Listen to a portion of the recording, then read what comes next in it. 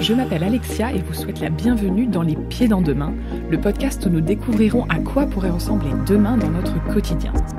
Les Pieds dans Demain sont des conversations avec des personnes de tous horizons, afin de décrire comment elles envisagent concrètement demain. L'objectif de ce podcast ? Donner la parole à des personnes pleines de bon sens, que l'on a trop peu l'habitude d'entendre, afin de penser l'après de manière réaliste et authentique. Allez, venez, on va mettre les pieds dans demain. Dans ce nouvel épisode, Les Pieds dans Demain, j'ai décidé d'interviewer Marion. Pour la petite histoire, Marion, je la connais depuis 8 ans et on s'est rencontrés à San Francisco. Plus précisément à l'aéroport de San Francisco et encore un peu plus précisément dans une voiture qui m'emmenait de l'aéroport de San Francisco à Los Angeles. Marion a un parcours extrêmement riche que j'avais envie de vous partager. Marion a commencé dans le marché du carbone. C'est même la première à m'avoir parlé de compensation carbone. Je vous invite vivement à aller regarder ce sujet, cette thématique qui aujourd'hui est hyper d'actualité, mais Marion était déjà très précurseur à l'époque. Et Marion donc a décidé de tout quitter pour se consacrer à la vidéo et à la photo. J'aime beaucoup la sensibilité et l'humanité dont elle fait preuve en permanence, qui se ressent énormément à travers son travail et à travers les questions qu'elle peut se poser. C'était pour moi hyper important de la voir sur cet épisode parce que je trouve qu'elle a une vision de demain qui vous permettra de vous poser des questions à un instant de votre vie, peut-être en train de couper des tomates pendant que vous faites la cuisine, peut-être en train de faire le ménage ou faire du sport, mais en tout cas de prendre le temps de réfléchir. Marion aborde énormément de sujets. Je m'attendais moi-même pas à ce qu'elle aborde tous ces sujets-là, mais je trouve que c'est aussi la beauté de ces conversations un peu spontanées. Et Marion est capable de vous parler aussi bien d'écologie que d'éducation, que de vivre ensemble, que du savoir-être et du savoir-faire. Ça, j'ai trouvé que c'était des notions hyper intéressantes à aborder. Et toujours avec, encore une fois, cette bienveillance, cette chaleur et cette sensibilité qui fait que quoi qu'il arrive, moi-même qui avais des questions parfois un peu orientées, je me suis sentie complètement à l'aise. Et j'adore parler avec Marion, j'adore parler de demain avec Marion, j'adore parler du présent. Et j'espère vraiment qu'il en sera de même pour vous. Merci d'être là, merci de me soutenir depuis le début, pour la majorité. C'est hyper intéressant de voir à quel point j'évolue à travers les épisodes, de voir à quel point ce produit est un produit vivant et il ne serait rien sans vous. Donc merci d'avoir déjà mis des étoiles, d'avoir commencé à vous abonner, à mettre des commentaires. Merci aussi pour tous vos retours qui me font grandir à une vitesse que je n'imaginais même pas. C'est ce qui fait, je pense, la beauté de ce projet. Et vraiment, n'hésitez pas à en parler autour de vous puisque sans vous, encore une fois, je ne suis rien. J'ai déjà une audience dont je suis extrêmement fière, mais j'ai envie que ce podcast puisse continuer de vivre. Donc vraiment, merci d'être là, merci de continuer à être là, et merci de noter, de commenter, de partager autour de vous. C'est vraiment hyper important. Il ne me reste plus qu'à vous souhaiter une très bonne écoute. J'espère vraiment que les questions et les sujets en général que nous allons aborder avec Marion vont vous permettre vous aussi de prendre ce recul nécessaire et qui sait, peut-être, de faire avancer le débat avec vos proches, avec vos collègues, mais peut-être aussi votre débat personnel. Et je n'en dis pas plus, je vous laisse découvrir ma discussion avec Marion pour ce nouvel épisode, Les Pieds dans Demain. Bonjour à toutes et à tous, j'espère que vous allez bien. Je suis ravie de vous accueillir dans ce nouvel épisode, Les Pieds dans Demain. Aujourd'hui, je reçois Marion. Marion a 32 ans. Elle est vidéaste et photographe et évidemment elle a plein d'autres sujets de prédilection. Et donc nous allons parler de demain, comment elle voit demain dans son quotidien. Bonjour Marion. Salut Alexia. Alors Marion, ma première question, c'est un peu la même que pour les autres, mais ça me permet de voir un peu les différences et les similitudes. Comment déjà toi tu vois demain d'un point de vue personnel ? Déjà, ce qui est compliqué c'est de savoir de quel demain tu parles. Parce que si tu parles du demain qui est dans quelques semaines, face à ce qui s'est passé ces derniers mois, c'est aller chercher une stabilité financière qui fait que je dois aller chercher un temps partiel alimentaire pour pouvoir en même temps continuer mon activité, relancer la prospection et tout en pouvant manger. Donc ça, on va dire que ce demain à très court terme, il est un peu flou. Et puis c'est un peu le début d'un nouveau chapitre. Si c'est demain, dans une projection un peu plus à long terme, qu'est-ce qui me ferait vibrer dans ma vie et qu'est-ce que j'ai envie de faire pour la suite, là c'est différent. Et donc dans un point de vue personnel, c'est arriver à accomplir ou à créer ou à être ce qui parle à mon être.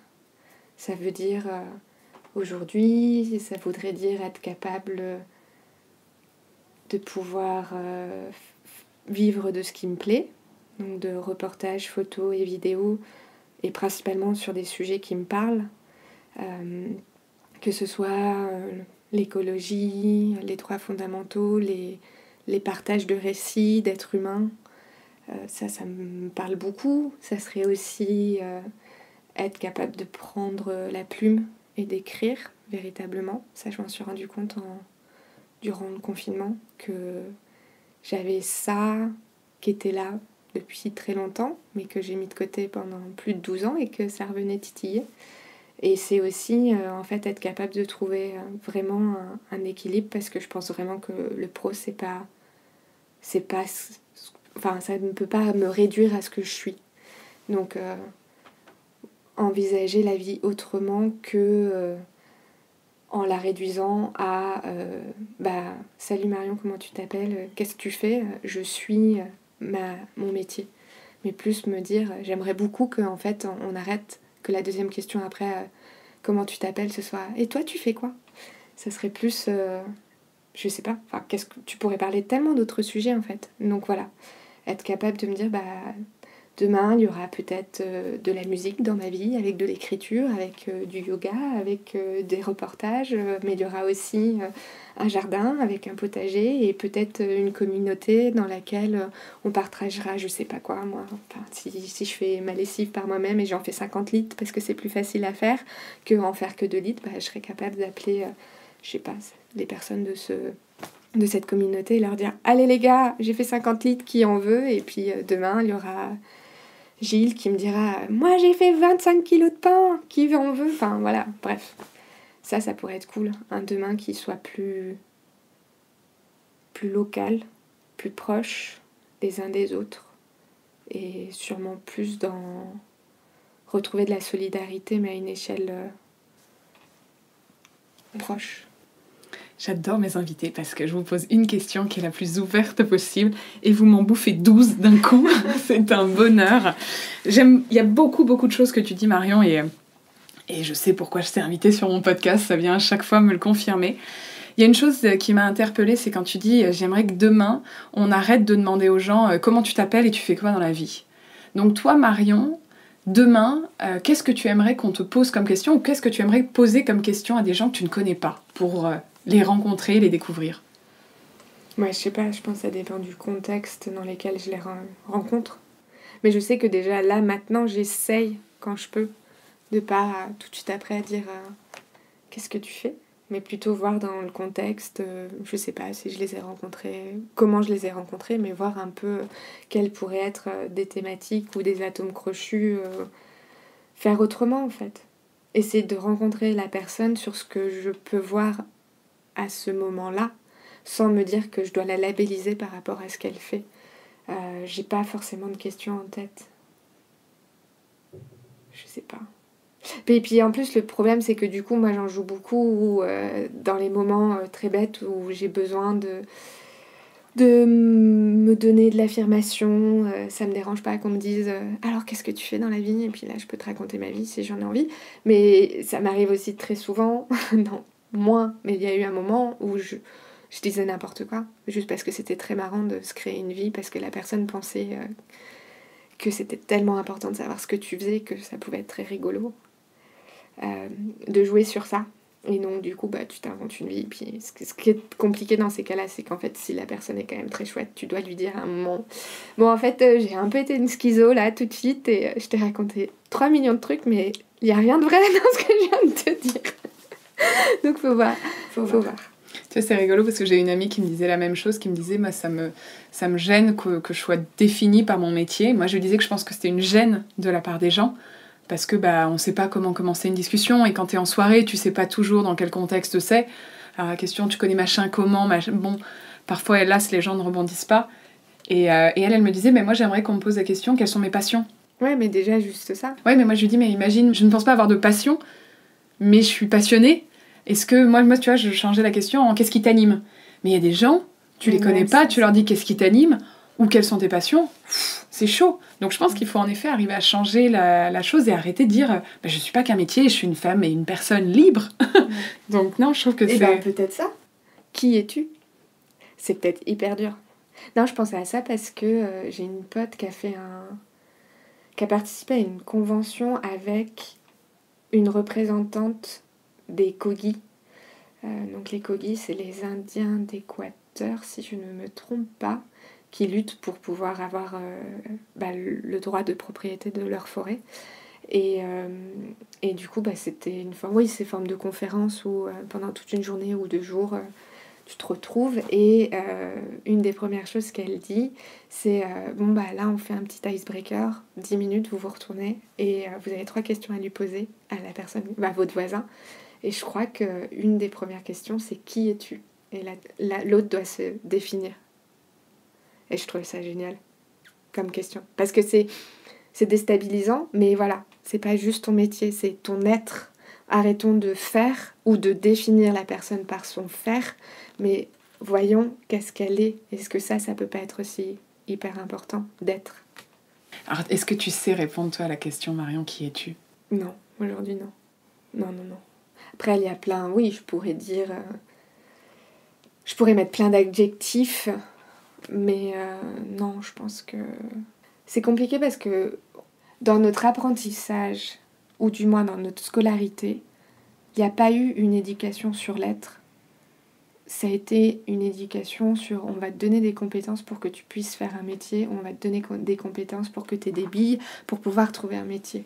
Ça a été principalement sur du faire et du vivre en société. Parce que bon. Mais l'être, savoir si ça te plaît ce que tu es en train d'apprendre ou pas, ou comment tu es, ou peut-être que dans l'apprentissage, ça peut être aussi hyper important, dans les billes à donner à l'enfant, la confiance en soi, la capacité de s'exprimer, lui dire que sa créativité a tout autant d'importance que son intellect, ou de lui dire que ce qu'il vit en lui et les émotions qu'il a en lui peuvent avoir un poids très fort sur son intellect ou sur son mental, et donc il faut surtout pas qu'il les renise, ou qu'il les accueille, ou j'en sais rien.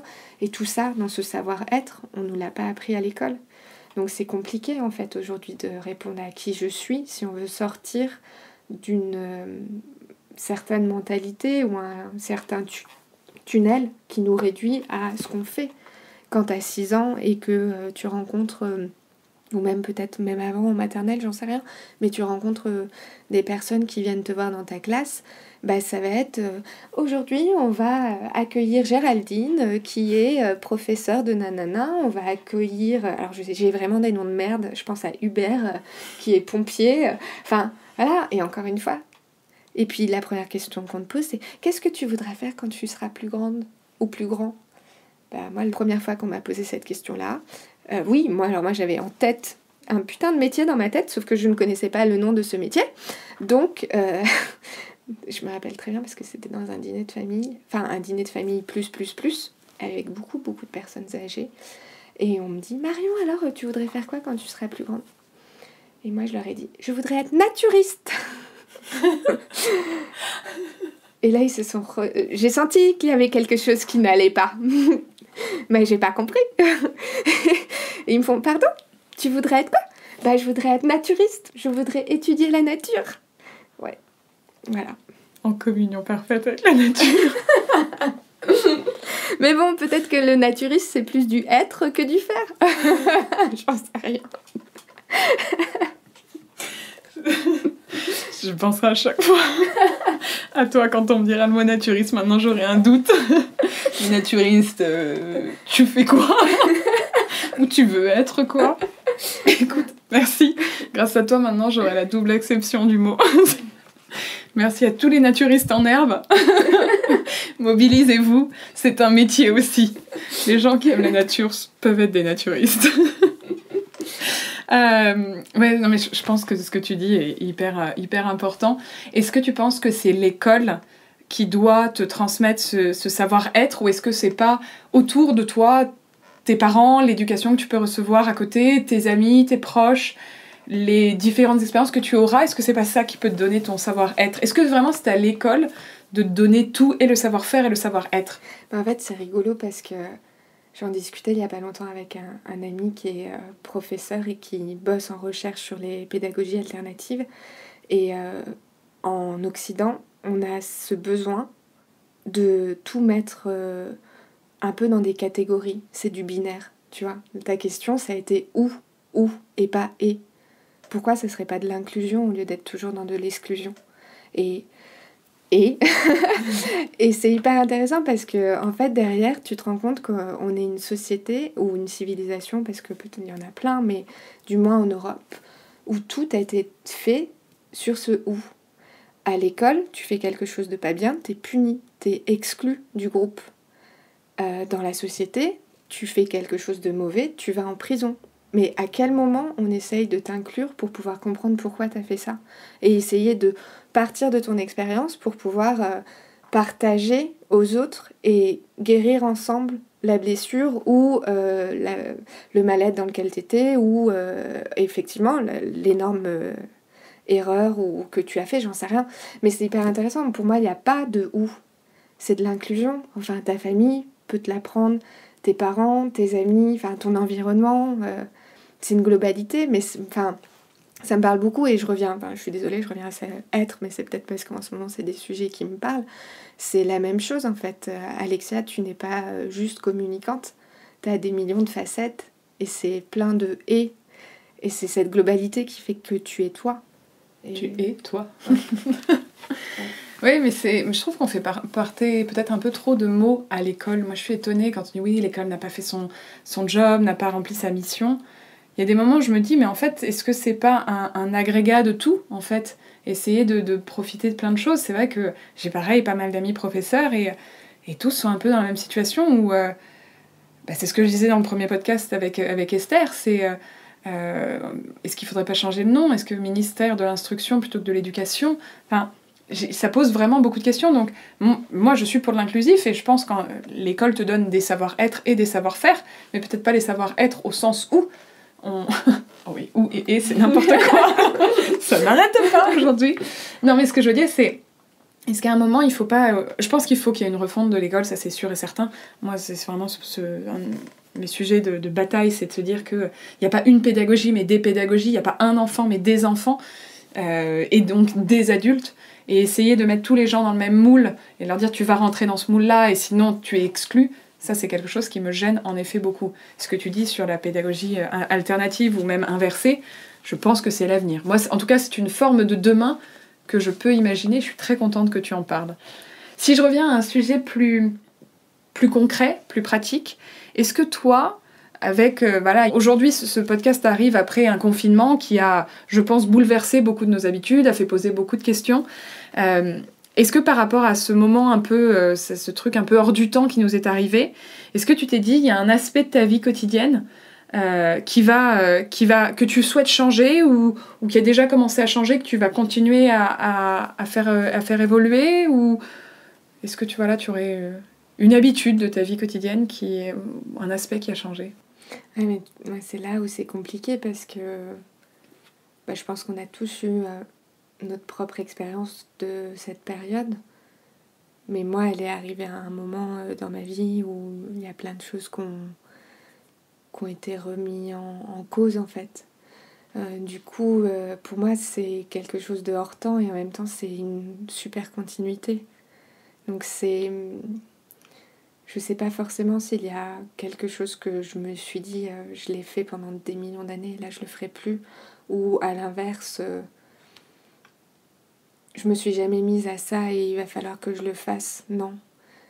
Je pense que dans mon timing personnel, c'est arrivé à un moment où je pense que je connaissais, en fait, c'est marrant, oui, c'est ça. Je pense que j'étais très forte pour pouvoir discuter avec les gens, surtout en reportage, leur poser plein de questions, etc. Et j'avalais leur savoir, leurs mots, et je me disais, mais alors là, ça me fait trop vibrer ce qu'ils disent, etc. Et notamment, cette question du temps, cet équilibre enfin, ou du moins cette question qu'on a toujours entre le temps et l'argent. Et je me rappelle quand j'étais en Indonésie sur une toute petite île, il y avait un couple qui avait créé un tout petit hôtel, mais c'était même pas un hôtel, c'était plus une maison d'hôtes sur pilotis, qui nous avait dit, et ça je crois que ça nous a marqué, et il nous avait dit ici on a the luxury of time. Et en fait pour eux c'était leur bien le plus précieux d'avoir cette qualité du temps et cette magie du temps, parce que finalement quand tu revalorises le temps, effectivement tu as peut-être moins besoin d'argent, mais tu as une valeur hyper forte qui est importante. Et je me suis toujours dit mais c'est magnifique cette phrase, blablabla. Sauf qu'en fait je me rendais compte que c'était pas pour autant que je l'incarnais dans ma vie. Tu sais, c'est un peu comme t'as des idéaux ou des valeurs et tu crois les mettre en place parce qu'elles te parlent et elles te font vibrer, mais dans le fond, est-ce qu'au quotidien tu mets en application ces valeurs? Et ça, c'est un gros questionnement. Enfin, on a tous des ambiguïtés, on a tous des ambivalences, donc c'est sûr qu'on ne les met pas forcément en application. Et là, je pense que ce confinement, ça m'a vraiment obligée, à ce moment-là de ma vie, de m'arrêter. J'avais pas d'autre choix, que ce soit sur plein d'aspects personnels ou professionnels. Et du coup, ça m'a obligée de comprendre ce que ça voulait dire quand elle parlait de The Luxury of Time et de le vivre. Et je pense que ça, je suis pas forcément capable d'identifier ce que ça va changer dans ma vie à partir de demain ou même d'aujourd'hui. Mais je pense que ça aura un impact. Repenser cette valeur du temps, ces rythmes et où tu mets la valeur aussi. Qu'est-ce qui est vraiment important en fait? Je pense que beaucoup de gens devraient se poser cette question. Est-ce que toi justement quand tu penses à demain, il y a quelque chose qui te fait peur? Ah bah oui, complètement. C'est pas développé. Non mais je pense que je suis hyper... non, je suis dans une ambivalence. Je pense que je suis quelqu'un de très optimiste et j'ai envie de croire profondément aux valeurs de l'être humain. Et en même temps, je pense que je suis très pessimiste parce que la première année, quand j'étais en recherche sur les politiques de changement climatique, c'était un domaine complètement nouveau pour moi. Et du coup, j'avais l'impression d'être à la ramasse par rapport aux autres. Et donc, j'ai beaucoup lu sur ça. Et je me suis dit, c'est mon domaine, je bosse dans ça, il va falloir que je comprenne de quoi on parle quand on parle des changements climatiques, qu'est-ce qu'on parle des impacts, qu'est-ce que c'est, etc. Et plus je lisais, et plus j'étais pessimiste. Et je me disais, on est foutu. Non mais là, c'est cette histoire d'assiette qu'on pousse petit à petit les yeux fermés en se disant... ça va aller, et on la pousse et elle arrive de plus en plus proche de la table. Et puis, oui, c'est peut-être que cette assiette, elle est pleine d'eau et donc on a des petites gouttes qui tombent ou on va éclabousser un petit peu jusqu'au moment où on pousse un tout petit peu trop. Et là, on arrive à la chute et tout tombe.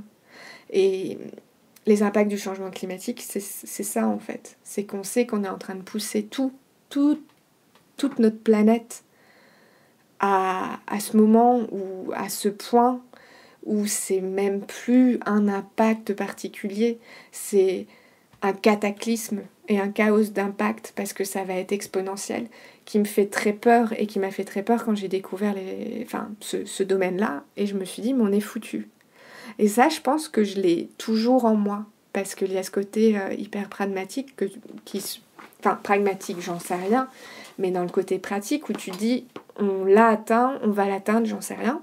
Le confinement, quand on voit comment ça s'est passé, toute cette pandémie, la façon dont ça a été pris en charge, ou qu'est-ce que ça a reflété chez les gens, quelles sont les peurs qui sont revenues, je me dis, ça va être très très compliqué si ça c'est juste une petite goutte de tout ce qui pourrait nous arriver, que ce soit au niveau de la santé, que ce soit au niveau de la multiplication des catastrophes naturelles, que ce soit au niveau des sécheresses, de toute la pression qu'on va mettre sur l'agriculture.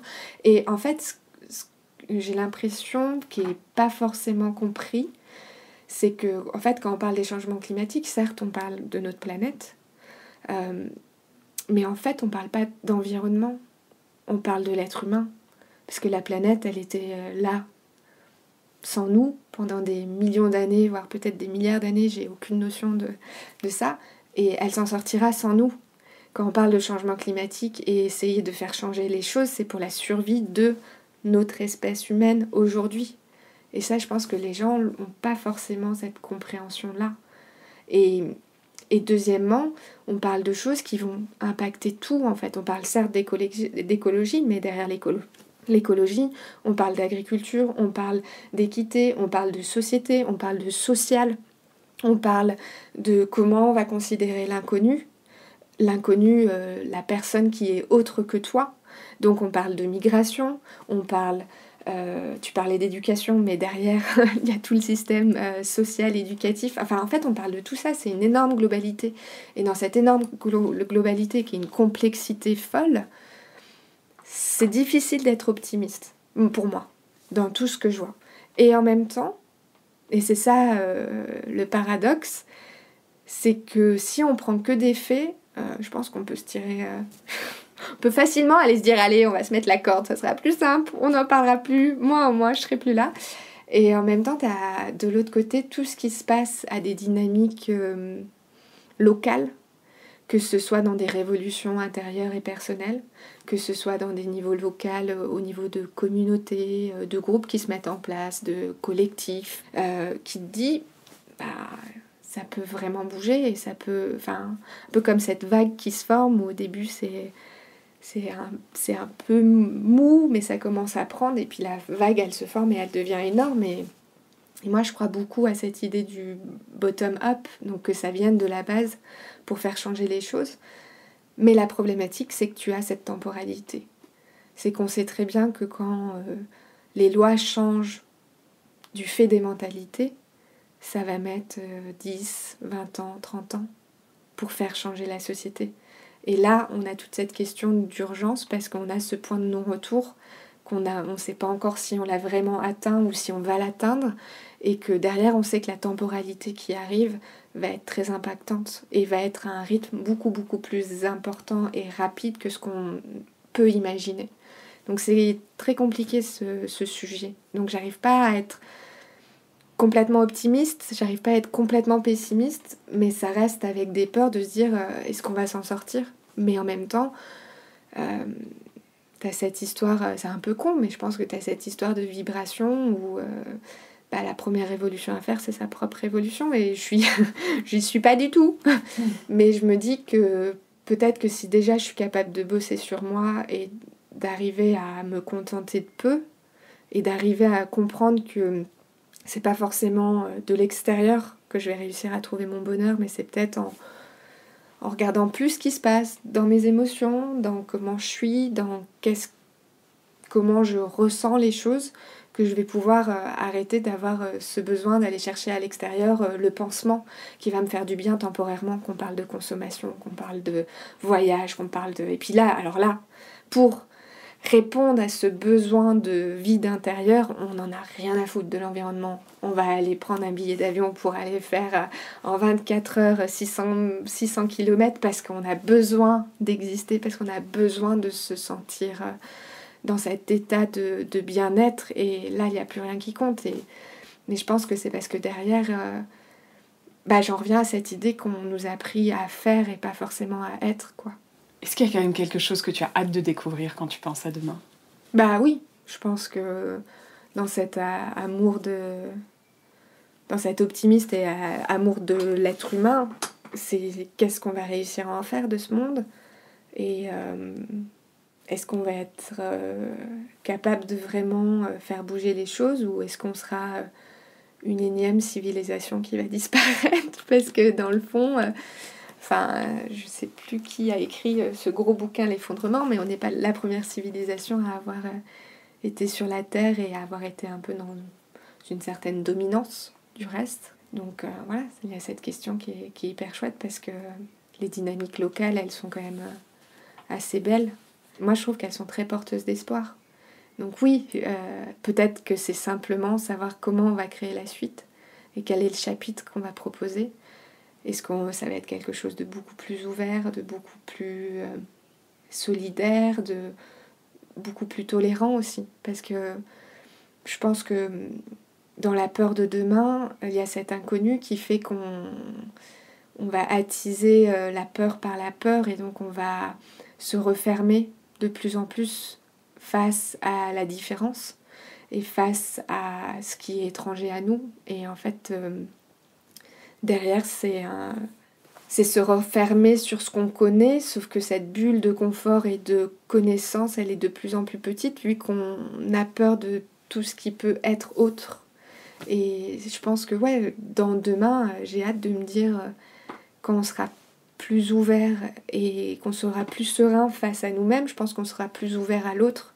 Et là, on le sait aujourd'hui, on n'a pas besoin d'aller voir demain pour se rendre compte que quand on est plus ouvert à la différence et à ce que l'autre peut nous apporter, on découvre des pépites, quoi.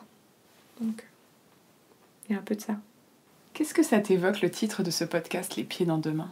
Il y a cette expression, on va mettre les 2 pieds dedans, quoi. Faut qu'on arrête de toujours projeter demain à demain, mais peut-être regarder ce qui se passe au présent pour pouvoir envisager demain, en fait. Ça sert à rien d'envisager demain. C'est qu'est-ce que je veux faire aujourd'hui, parce que ce que je crée aujourd'hui, ça sera mon demain. Donc c'est ça, quoi. Mettre les 2 pieds dedans maintenant. Arrêter de se projeter, arrêter de se dire alors si je ferais ça et dans 5 ans il va se passer ça, donc je pourrais être ça. Non.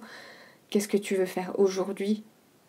Parce qu'aujourd'hui c'est déjà demain. Est-ce que justement, toi, à ton niveau, Marion, est-ce que tu estimes qu'il y a une mesure un peu phare ? Il y en aurait plein évidemment, mais spontanément, est-ce qu'il y en a une qui te vient en te disant ça peut faire en sorte que notre société évolue dans le bon sens ? Je pense que c'est ça qui est compliqué en fait, c'est qu'il n'y a pas une réponse.